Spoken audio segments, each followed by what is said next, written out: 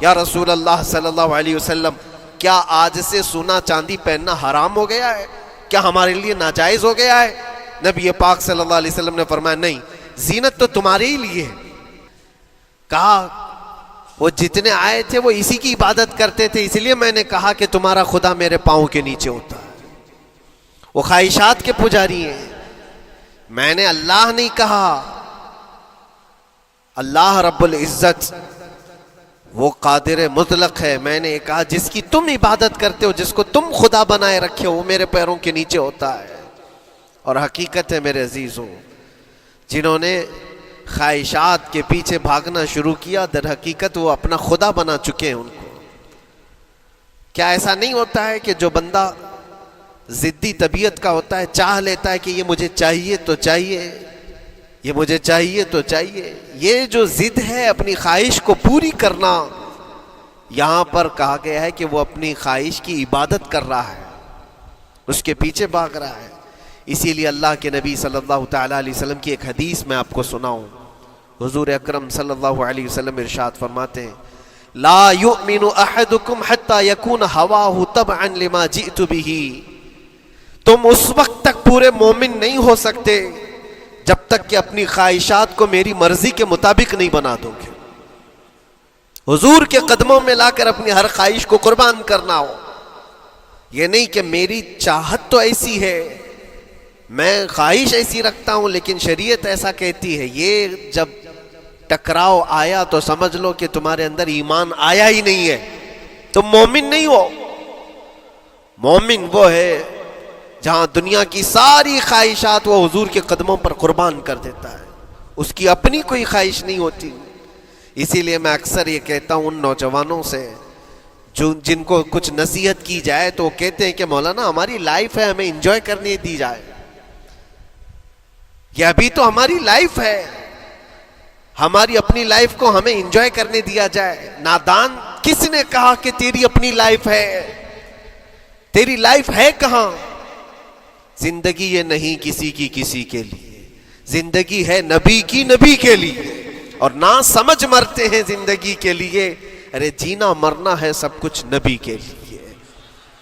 جو خواہشات کو لا کر کے حضور کے قدموں پر رکھ دیتا ہے تو پھر وہ کہتا ہے میرے عزیزوں، وہ پھر آ کر کے یہ کہتا ہے اپنی خواہشات، اپنی طبیعت جہاں سب مر جاتی ہے آدمی کی، اس کی اپنی کچھ نہیں ہوتی، تب اس مومن کی زبان سے یہ نکلتا ہے یا رسول اللہ زمین و زمان تمہارے لیے، مکین و مکان تمہارے لیے، چنین و چنا تمہارے لیے، بنے تو جہاں تمہارے لیے، ہم آئے یہاں تمہارے لیے، اٹھے بھی وہاں حضور کے لیے۔ اس کا اپنا کچھ نہیں ہوتا، اپنی خواہش ہوگی تو میں کرتا رہے گا، اور جتنی خواہشات کے پیچھے بھاگتا رہے گا دنیا اس کا پیچھا کبھی نہیں چھوڑتی، اور نہ ہی دنیا اس کو کبھی سیراب ہونے دے گی، کبھی پیٹ بھرنے دے گی ہی نہیں۔ وہ بھوکا ہی رہے گا، وہ پیاسا ہی رہے گا جو دنیا کے پیچھے بھاگتا ہے۔ ایک مرتبہ سیدنا عبداللہ ابن مسعود رضی اللہ تعالیٰ عنہ غمگین بیٹھے ہوئے تھے، کسی بات کا غم ہوگا، نبی پاک صلی اللہ تعالیٰ علیہ وسلم کا گزر ہو رہا تھا، آپ نے دیکھا، حضرت عبداللہ ابن مسعود سے پوچھا کہ غم کیوں ہے؟ تو آپ خاموش رہے، تو اللہ کے نبی صلی اللہ علیہ وسلم نے ایک جملہ فرمایا جو آج ہم سب کے لیے سبق ہے میرے عزیزوں۔ فرماتے ہیں لا تکثر ہمک ما یقدر یکن، اپنے غم کو زیادہ مت بڑھا، جتنا لکھا ہے اتنا مل کے رہے گا، وما ترزق یأتک، جتنا اللہ نے رزق لکھا ہے وہ آ کر رہے گا، وہ تیرے پاس آ جائے گا۔ غم کب بڑھتے ہیں انسانوں کے؟ ہمارے اندر جو ٹینشن جس کو آپ کہہ رہے ہو، فرسٹریشن کہہ رہے ہو، یہ سب چیزیں انسان کی زندگی میں کب آتی ہیں؟ جب یہ اپنی لو اور اپنی خواہشات دنیا سے لگاتا ہے۔ خالق سے اگر لگاتا ہے تو پھر اس کے غم نہیں بڑھتے، بلکہ غموں کا مداوا ہے۔ اسی لیے بزرگوں نے فرمایا کہ اگر ٹینشن فری جینا چاہتے ہو تو انسانوں سے امیدیں کم کر لو، اللہ کی ذات سے یقین بڑھا لو، اس کی ذات سے یقین بڑھاؤ۔ ہم نے دیکھا ہے اپنی زندگی میں جس سے ہم ملتے رہے، جس سے کچھ خواہشیں رکھتے رہے، یا جس کے متعلق کچھ امیدیں وابستہ کر رکھی، یہاں امیدیں ٹوٹ جاتی ہیں، پھر انسان کا غم بڑھتا ہے، انسان مغموم ہو جاتا ہے۔ اللہ کی ذات سے جو وابستہ ہوا اور وہاں جو آس لگایا، وہ ہر دن بشاشت کے ساتھ جیتا ہے، یقین کے ساتھ جیتا ہے۔ اسی لیے میرے عزیزوں، یہاں جس نے بھی اپنے خواہشات کو دنیا کے ساتھ لگایا ہے اسے کم کرنا ہے۔ لا تکثر ہمک ما یقدر یکن، اللہ کے نبی فرماتے ہیں اپنے غموں کو زیادہ مت کر، جتنا لکھا ہے اتنا تجھے مل کر رہے گا۔ اس دار فانی میں، اس عمل کی دنیا میں ہم نے اپنے بہت ساری چیزیں پھیلا رکھی ہیں۔ ایک چیز میں آپ کو بتاؤں کہ کبھی کبھار میں دیکھتا ہوں موبائل کو، اب سب کے ہاتھوں میں موبائل ہے، اور کبھی کبھار یہ اسٹک بھی ہوتا ہے۔ اچھی اچھی کمپنیوں کے موبائل بھی اسٹک ہو جاتے ہیں، یا تو کبھی بہت زیادہ بیٹری گرم ہو جاتی ہے اور موبائل بھی گرم ہونے لگتا ہے۔ پھر اس کا حل کیا ہے؟ ایکسپرٹ سے پوچھتے ہیں موبائل کبھی ہینگ ہو رہا ہے یا کبھی بہت بیٹری گرم ہو رہی ہے، اس کے ریزن کیا ہے؟ تو وہ ایکسپرٹ یہی بتاتے ہیں کہ اس کے اوپر اوور لوڈ ہو سکتا ہے، بہت زیادہ اس میں ڈیٹا جمع ہو چکا ہے اور پھر بیک گراؤنڈ میں ایکٹیو ہے بہت زیادہ، جس کی وجہ سے بیٹری ہارمفل ہے، بہت زیادہ گرم ہو جاتی ہے۔ یا تو پھر ایک ساتھ کئی چیزیں اس کے اندر ڈال دی جاتی ہیں تو اس کا پروسیس کم ہو جاتا ہے، اسٹک ہو جاتی ہے۔ یہ تو موبائل ہے جو تمہیں سکھا رہا ہے۔ یہی چیز ہے دنیا کے ہمارے اس لائف میں، ہماری زندگی میں بہت زیادہ چیزیں اگر دماغ میں آ جاتی ہیں تو پھر دماغ گرم بھی ہو جاتا ہے اور اسٹک بھی ہوتا ہے، ہر چیز سوچنے سے بھی عاری ہو جاتا ہے، صحیح طریقے کے فیصلے نہیں لے پاتا۔ اچھا نقصان کیا ہے اس کا؟ سیم ہم نے موبائل ایکسپرٹ سے بھی پوچھا، جب موبائل بہت زیادہ گرم ہونے لگے یا اسٹک ہونے لگے تو اس کو کیا کرنا چاہیے؟ تو ایکسپرٹس بتاتے ہیں کہ اس کے ریڈیشن بہت زیادہ ہوتے ہیں اس وقت، اور یہ نقصان پہنچا سکتا ہے۔ جو استعمال کر رہا ہے اس کے دماغ پر بھی اثر کرے گا، آس پاس کے لوگوں پر بھی اثر کرے گا۔ ایک موبائل کے اوپر اگر زیادہ لوڈ آ جائے تو اس کے ریڈیشن آس پاس سب کو خراب کرتے ہیں۔ یہی حال انسان کی زندگی کا ہے۔ تمہارے دماغ کے اوپر اگر غم زیادہ بیٹھ گئے اور بہت زیادہ دماغ حاوی ہو گیا تو خود کا تو نقصان کرو گی ہی، آس پاس جتنے ہیں سب کا نقصان کرو گے۔ تمہاری وجہ سے تمہارے ماں باپ بھی پریشان، تمہاری اولاد، تمہارے بیوی بچے سب اس پہ ان سب چیزوں میں ملوث ہو جاتے ہیں۔ اب اس کا علاج کیا ہے؟ کہا گیا موبائل کو آف کر دو، ڈیٹا کم کر دو، اس کے اندر سے کچھ چیزیں ڈیلیٹ کر دو، پھر یہ اپنے نارمل حالت میں آ جائے گا۔ سیم آپ کے لیے بھی ہے، دماغ میں دنیا کے بہت سارے فطور بھرے ہو تو تھوڑی چیزیں ڈیلیٹ کر دو، تھوڑے دنوں کے لیے اپنی اس ایکٹیو لائف کو روک دو اور آ جاؤ اللہ کی بارگاہ میں اور آنکھ بند کر کے اس کی طرف لو لگاؤ، اس لیے کہ ہماری بیٹری جو چارج ہوگی وہ خالق کائنات سے ہی ہوگی، بنانے والا ہی بہتر جانتا ہے اس کی زندگی کس چیز سے چلتی ہے۔ اور اسی لیے کہا ہے، امام غزالی رحمۃ اللہ تعالی علیہ فرماتے ہیں جو بندہ اللہ کے ذکر سے کئی دن تک غافل ہوتا ہے تو مردہ لاش ہے جو چل رہا ہے، بازاروں میں جو چل پھر رہا ہے، ذکر الہی نہیں کرتا تو اس کی روح ختم ہونے کے قریب آئی ہے، یہ زندہ لاش ہے۔ یہاں زمانے ہو گئے، مہینوں بیت گئے، برسوں ہو جاتے ہیں، کتنے دن ایسے ہیں آپ نے اللہ کے ذکر کے لیے الگ سے وقت نکالا ہو؟ کہاں ہے وقت؟ نماز بھی ایسے پڑھ کر کے بھاگ جاتے ہیں جیسے لگتا ہے کہ کوئی چیز ہمارے اوپر سوار تھی، جلدی سے ہٹا دی اور بھاگ گیا۔ نہیں میرے عزیزوں، ہماری روح جب بیمار ہوتی ہے، ہماری روح کو جب بھوک لگتی ہے تو اللہ کے ذکر سے اس کا علاج بھی ہوتا ہے اور اس کو رزق بھی ملتا ہے، لیکن ہم رزق دیتے ہی نہیں۔ کبھی آپ نے دیکھا ہماری باڈی کو، صبح ناشتہ نہ کرو، دوپہر میں کھانا نہ کھاؤ تو شام تک ہمارا جسم ہچکولے لینے لگتا ہے، چکر آنے لگ جاتے ہیں۔ کیوں؟ جسم 2 وقت کے کھانے کو چھوڑنا برداشت نہیں کر پاتا، کمزوری آ جاتی ہے، جسم کو بھوک لگتی ہے، ہمیں کھانا دینا اسے ضروری ہے۔ اسی طرح اللہ نے ہماری جو روح بنایا ہے، روح کو بھی رزق کی ضرورت ہے، اور روح کا رزق کیا ہے؟ روح کا کھانا پینا کیا ہے؟ کاجو بادام میوے پستے کھا کر کے روح کو طاقتور نہیں بنا سکتے، فرمایا گیا روح کی غذا اللہ کا ذکر ہے. جب بندہ اللہ کا ذکر کرتا ہے تو اس کی روح کو طاقت ملتی ہے اور روح کمزور نہیں رہتی، طاقتور بن جاتی ہے. عزیزان گرامی وقار، پھر میں خلاصتاً یہ بات کہوں گا کہ ہم نے دنیا میں اتنی ساری چیزیں پھیلا لی ہیں، اتنے سارے، جس کی وجہ سے غموں کا بوجھ ہمارے دماغ پر طاری ہے. اور ایک وقت وہ آئے گا جب ساری چیزیں چھوڑ کر کے فوراً بھاگنا پڑے گا، نکلنا پڑے گا. کچھ لوگوں کے متعلق کہا گیا ہے کہ روح نکلنے کے وقت اس کو بہت تکلیف ہوتی ہے. سب کے لیے نہیں، کچھ ایسے لوگ ہیں جن کے روح نکلنے کے وقت درد زیادہ ہوتا ہے، تکلیف زیادہ ہوتی ہے مرنے کے وقت. پوچھا گیا کیوں؟ کہا کہ یہ روح جو ہے اس کی ساری بنائی ہوئی چیزوں میں اٹکی ہوئی ہے، اس کی اولاد میں بھی ہے، اس کے مال میں بھی لگی ہوئی ہے، اس کے گھر میں بھی لگی ہوئی ہے، اس کے جائیداد میں بھی لگی ہوئی ہے. روح جب نکل رہی ہوتی ہے ان سب چیزوں سے بھی نکل رہی ہے.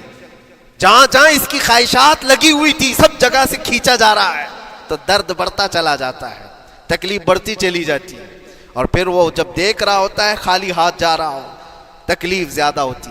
اسی لیے میرے عزیز و اللہ کے نبی صلی اللہ تعالیٰ علیہ وسلم کا جب آخری وقت آیا، آپ کے وصال کا وقت آیا، حضور نے اپنی بیویوں کو بلایا، ازواج مطہرات کو بلایا اور پوچھا کہ کس کے پاس کتنا سونا ہے، کتنا زیور ہے.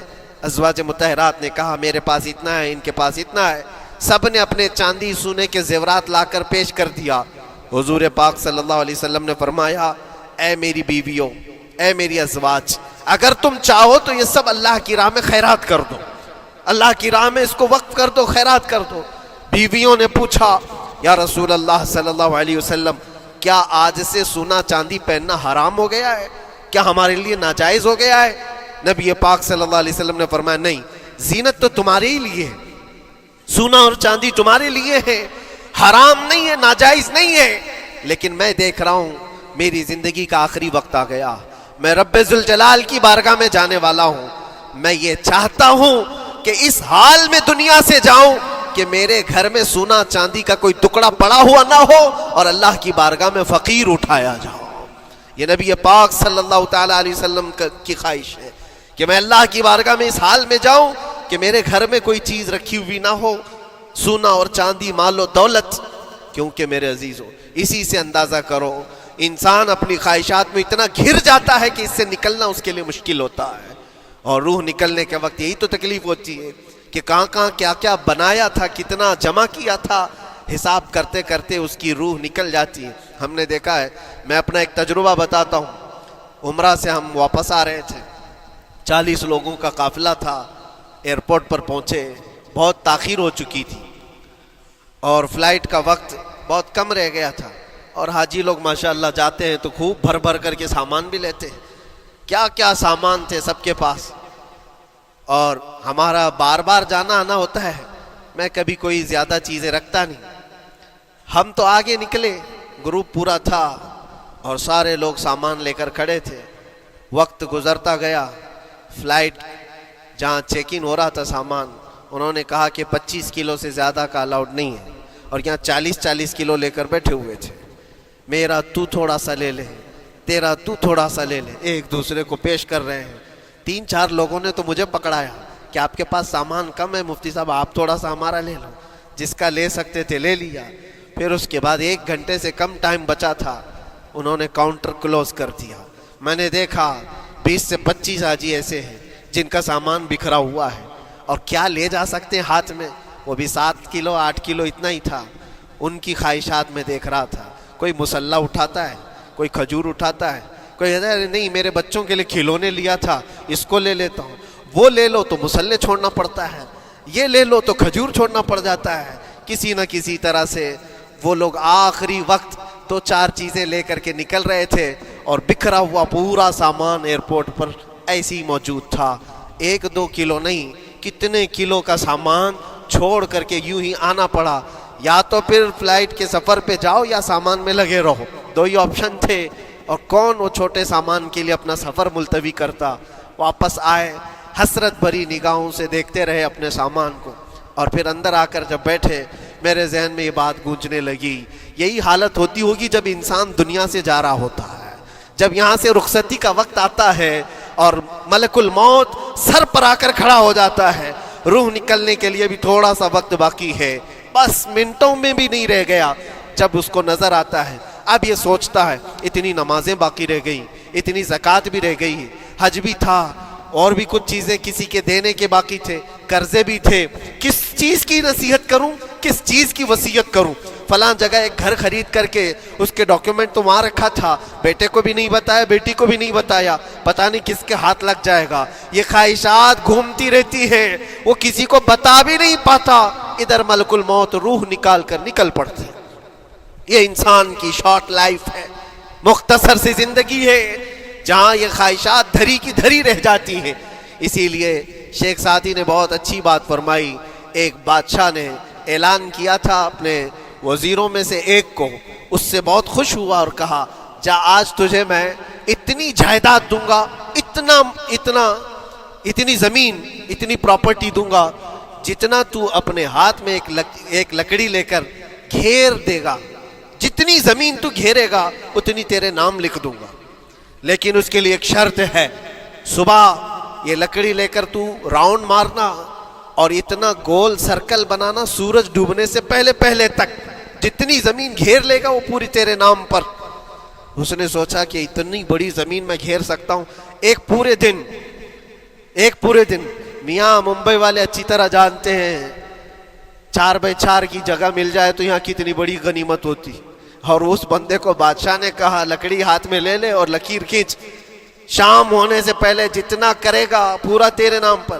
وہ نکلا اور جب لکیر کھینچتے جب چلنے لگا پیچھے مڑ کے دیکھتا تھا بہت لمبی ہو گئی ہے، اتنی زمین میرے نام پر ہونے والی ہے. دوپہر ہو گئی، وہ واپس آنا نہیں چاہ رہا ہے، واپس آ کر کے سرکل پہ ختم تو کرنا ہے جہاں سے شروع کیا تھا. سوچتا اور تھوڑا کرتے وہ اثر ہو گئی اس کی. اب اس کو لگا کہ واپس پلٹنا چاہیے. کئی کلومیٹر ہو گئے تھے، اتنے کلومیٹر کی زمین اب وہ اپنے نام پر کروانے والا تھا. لیکن جب واپس پلٹنے کا وقت آیا سانس پھولنے لگ گئی، کیونکہ صبح سے چل رہا ہے، کھایا بھی نہیں ہے، پیا بھی نہیں ہے، جس چیز کو جمع کرنے کے لیے دوڑتا رہا. اب سورج پیلا پڑ گیا، ڈوبنا کے وقت قریب آنے لگا تو اب بھاگنا شروع کیا. بادشاہ اور اس کے وزیر انتظار کر رہے تھے کہ یہ لوٹے گا بھی. اب دیکھا بڑی دور سے یہ دوڑتا آ رہا ہے اپنی لکڑی کو لکیر زمین پر کھینچتے ہوئے کہ جلد سے جلد اپنے اس پوائنٹ پر پہنچ جاؤں جہاں سے شروع کیا تھا. سانس پھولنے لگ گئی، دوڑتے ہانپنے لگ گیا. سورج ڈوبنے کے قریب آ گیا، آخری کرنیں باقی تھی اور اس کا پوائنٹ بھی قریب آ گیا تھا. دوڑتے کسی طرح سورج غروب ہونے سے پہلے پہنچ گیا وہاں پر، لیکن کثرت سے بھاگنے کی وجہ سے ٹھوکر کھا کر کے گر گیا اور اپنے اس پوائنٹ پر لکڑی لا کر کے جمع کر دیا.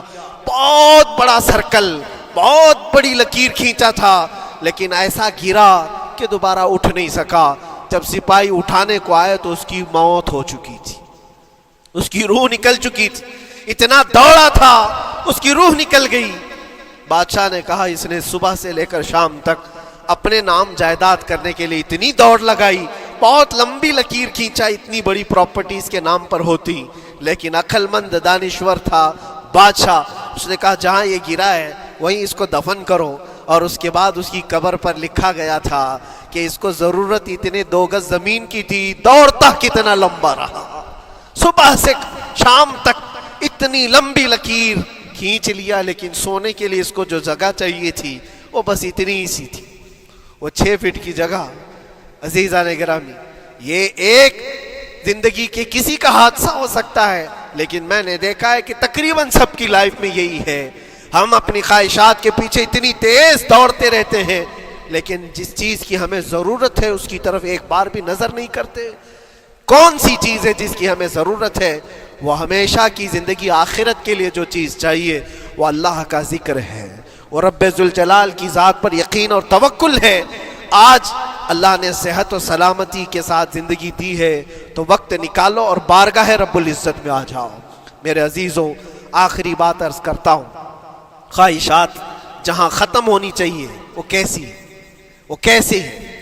اللہ کے نبی صلی اللہ تعالیٰ علیہ وسلم مجلس میں بیٹھے، ایک صحابی کا مسئلہ تھا.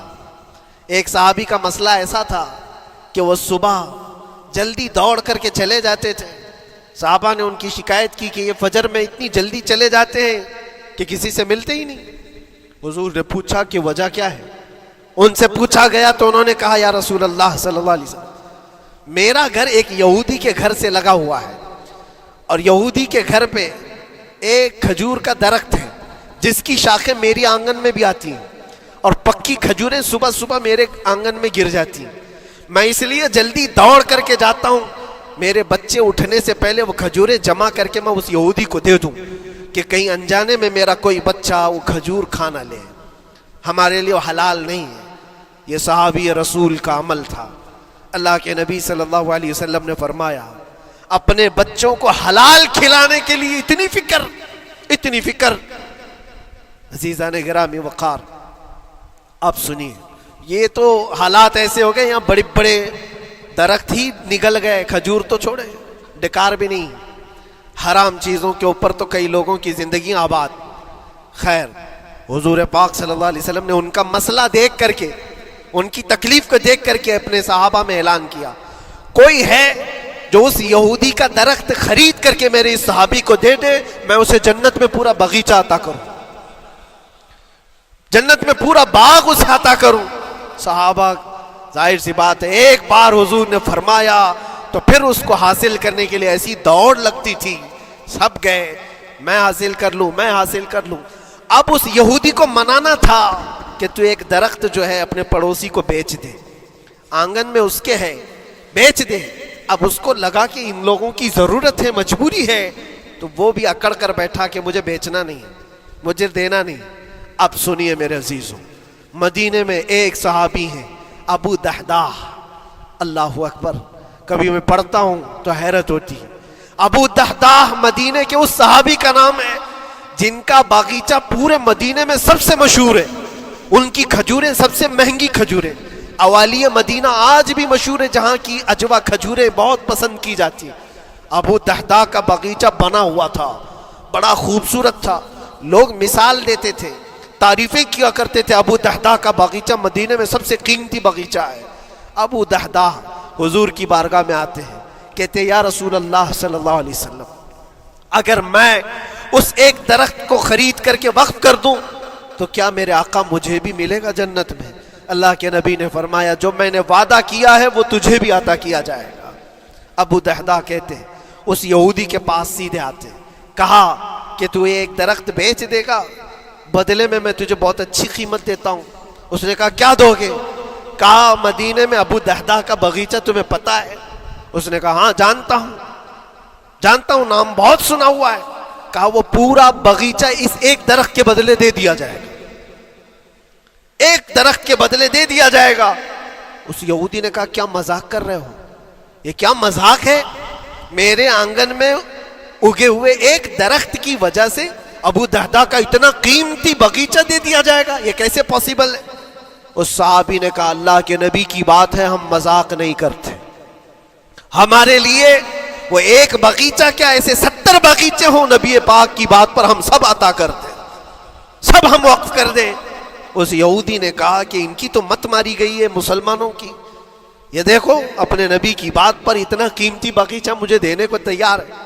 اور پھر اس نے سوچا سودا بھی تو اچھا ہی ہے, باغیچہ تو ملے گا ہی, لیکن جو میں درخت بیچ رہا ہوں یہ جائے گا کہاں؟ یہ بھی تو میرے آنگن میں ہی رہنے والا ہے. درخت اگر کوئی خرید لیا تو ایسا تو نہیں ہے کہ یہ درخت وہاں جائے گا, یہ تو میرے آنگن میں ہی ہے. سودا کر لیا. کہا بات اگر سچی ہے تو میں یہ درخت اپنے پڑوسی کو جو تمہارا دوست ہے مسلمان اس کو دے رہا ہوں, بدلے میں مجھے ایک باغیچہ دے دو. ابو دحداح نے اسی وقت لکھ کر کے دے دی, یہ باغیچہ تیرے نام کا ہے. سوچو میرے عزیزوں, جس کو سینچا ہو محنتوں سے, جس باغیچے کو سجایا ہو, وہ راستے میں کھڑے ہو کر کے اس کا سودا کر رہے ہیں. کس بات پر؟ حضور پاک کی بات تھی, رسول اللہ کا فرمان تھا. آئے, ان کی بیوی ان کے بچے, باغیچے میں ہی گھر بنا ہوا تھا, نہایت ٹھنڈا گھر ہوا کرتا تھا. وہ لوگ سکون کے لیے وہاں بیٹھتے تھے. ابو دحداح اپنے باغیچے کے دروازے پر آئے, پھاٹک پر, اندر نہیں آتے, باہر کھڑے ہو کر کے اپنی بیوی کو پکارتے.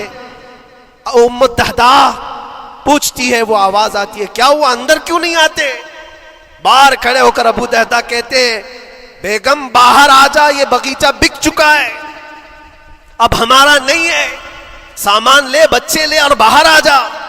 بیوی نے کہا یہ کیسے اچانک، نہ کچھ کہا نہ کچھ بتایا، لیکن وہ عورتیں دنیا دار عورتیں نہیں تھیں۔ وہیں سے اندر سے کہتی ہے ابو دہدا میرا تم پر یقین ہے، اگر سودا کیا ہوگا تو بہت بھاری سودا کیا ہوگا، ورنہ ابو دہدا کا باغیچہ مدینے میں بیچے جانے کے قابل نہیں ہے، کون ہے جو اس کی قیمت لگائے گا؟ میرا گمان یہ ہے کہ میرا شوہر اگر سودا کیا ہوگا تو بہت اونچا سودا کیا ہوگا۔ ابو دہدا نے کہا میری رفیق حیات باہر تو آ جا، میں تجھے بتاؤں کون سا سودا کیا ہے، باہر آ جا۔ بچوں کو لیتی اپنا سامان سمیٹتی ہے اور اسی وقت باغیچہ چھوڑ کر کے باہر نکل آئی۔ ابو دہدا سے پوچھتی ہے یہ اچانک سودا کرنے کی کیا ضرورت پیش آئی؟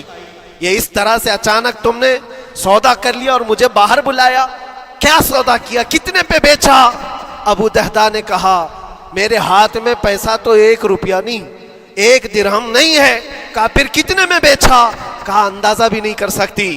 اللہ کے نبی نے فرمایا میرے اس صحابی کے لیے جو ایک درخت خرید کر کے دے دے اسے میں جنت کا باغیچہ عطا کروں گا۔ میں نے اپنے دوست مسلم بھائی کے لیے اس کا درخت خرید کر کے وقف کیا ہے اور بدلے میں اس یہودی کو یہ باغیچہ دے دیا ہے۔ بیوی وہ نہیں تھی جو یہ کہتی کہ مت ماری گئی ہے تیری، گھر بیچ کے آ گیا، فلاں کر کے آ گیا۔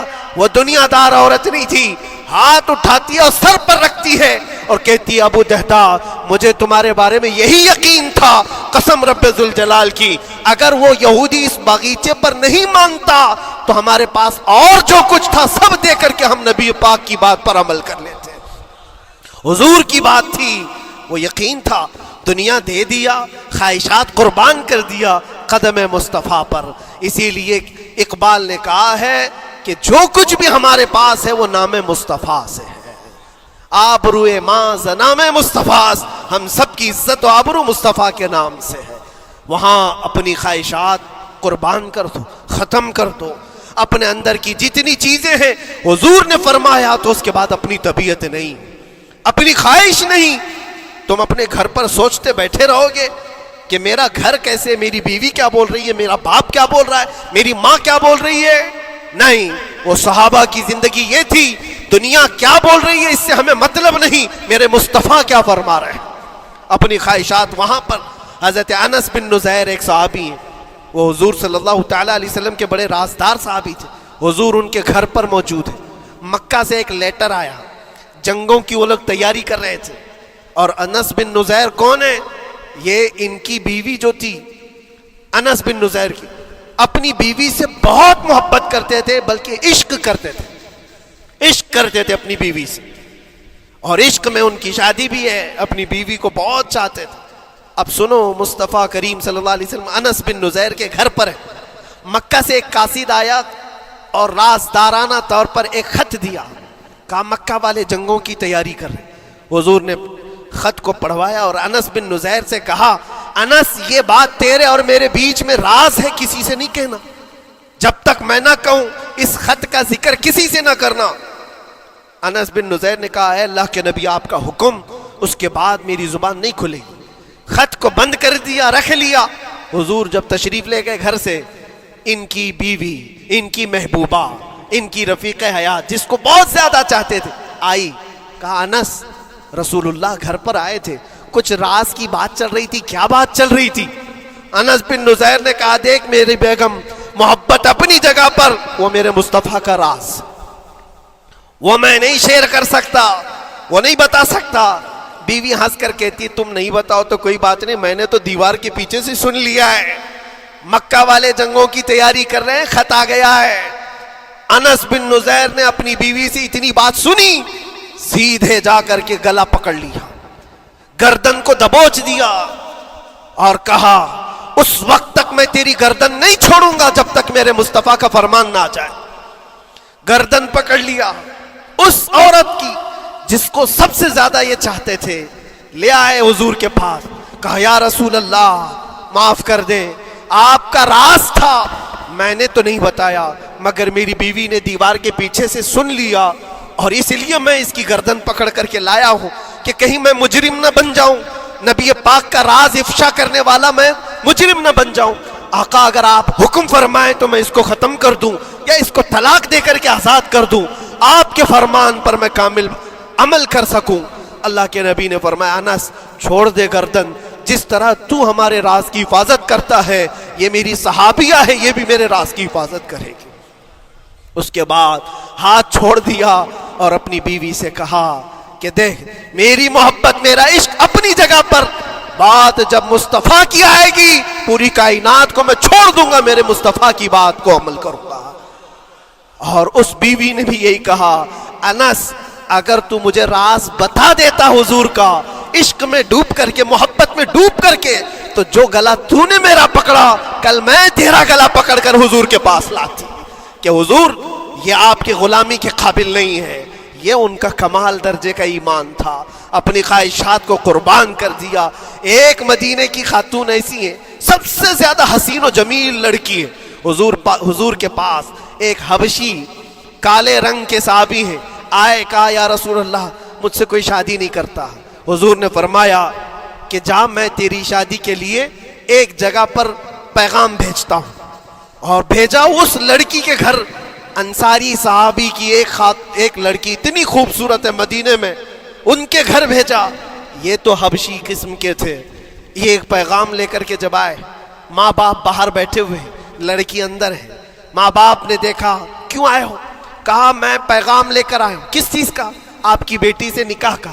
کس نے بھیجا؟ کہا اللہ کے رسول نے۔ ماں اور باپ ہیں، شکل و صورت دیکھی اور ان کی حسینہ بیٹی۔ کہا ٹھیک ہے تم جاؤ واپس، ہم حضور سے بات کر لیں گے۔ اتنا ہی کہا، ٹال دیا ہوگا۔ وہ صحابی جو آئے تھے کالے رنگ کے، انہوں نے کہا یہ تو روز کی بات تھی، ہر جگہ ریجیکٹ ہوتا ہی تھا، میرے لیے تعجب کی بات نہیں تھی، میں تو واپس آیا حضور کے پاس۔ ہوا گھر میں کیا، اندر جوان لڑکی جو گھر میں موجود تھی بھر آئی۔ کہا ماں باپ سے پوچھتی ہے کہ اماں کون آیا تھا؟ کہا ایک نوجوان نکاح کا پیغام لے کر کے۔ اس خاتون نے کہا، لڑکی نے کہا آپ نے کیا کہا؟ کہا ہم بعد میں بات کر لیں گے۔ کہا آپ کو اندازہ نہیں آپ نے کتنی بڑی خطا کی ہے، اللہ کے نبی کا فرمان آیا تھا اور آپ نے ٹال دیا، میں تیار ہوں اس کے ساتھ نکاح کرنے کے لیے، نبی پاک کا حکم ہے۔ ماں باپ نے کہا بیٹا تو نے دیکھا ہے، بیٹا تو نے دیکھا جو پیغام لے کر کے آیا تھا وہ تیری میچنگ کا ہے یا نہیں؟ تو نے دیکھا؟ اس نوجوان نے کہا، اس لڑکی نے کہا میں نے پیغام لے کر آنے والے کو تو نہیں دیکھا، آمینہ کے لال کو تو دیکھا ہے، جس نے پیغام بھیجا ہے اس کو دیکھا ہے، اس کے حکم کے بعد پھر کسی کو دیکھنا بنتا ہی نہیں ہے۔ وہ دونوں ماں باپ دوڑتے ہوئے حضور کے پاس آئے، اور وہ صحابی ابھی بتا ہی رہے تھے کہ میں ریجیکٹ ہو کر کے آیا ہوں، تبھی ماں باپ بھی دوڑ کر کے آئے۔ کہا یا رسول اللہ خطا ہو گئی، ہم نے تاخیر کی، آپ کے حکم میں اے اللہ کے نبی ہم راضی ہیں، اپنی بیٹی کا نکاح انہی کے ساتھ کریں گے جن کا پیغام آپ نے بھیجا ہے۔ کیا اپنی خواہشات کو حضور کے قدموں میں لا کر قربان نہیں کیا؟ لیکن نکاح ہوا بھی۔ وہ نوجوان عبداللہ اسود نکاح کا ہے، حضور نے نکاح کروا دیا مسجد نبی، اور حضرت عثمان سے کہا کہ ان کو کچھ پیسہ دے دو، مال دے دو، شادی کا سامان تو خرید لے، جہیز لے لے، اپنا گھر سجا لے۔ ان کو صحابہ نے پیسے دیے، غریب تھے، میں بازار میں جا کر اپنی شادی کا سامان خرید رہے تھے، شام کے وقت اعلان ہو گیا مشرکین مکہ نے مدینے پر حملہ کیا ہے، اللہ کے نبی جہاد میں نکل رہے ہیں۔ یہ عبداللہ اسود جن کا نکاح مسجد میں ہوا اور رات کو سہاگ رات آج تھی، آج اپنے گھر دلہن لانے والے تھے، جو گھر سجانے کے لیے سامان خریدنا تھا جا کر کے گھوڑا خرید رہے، تلوار خرید رہے، اور اس کے بعد جنگ میں استعمال ہونے والا سامان خرید رہے، سب پیسے خرچہ کر دیے جنگ کے استعمال کے، زیرہ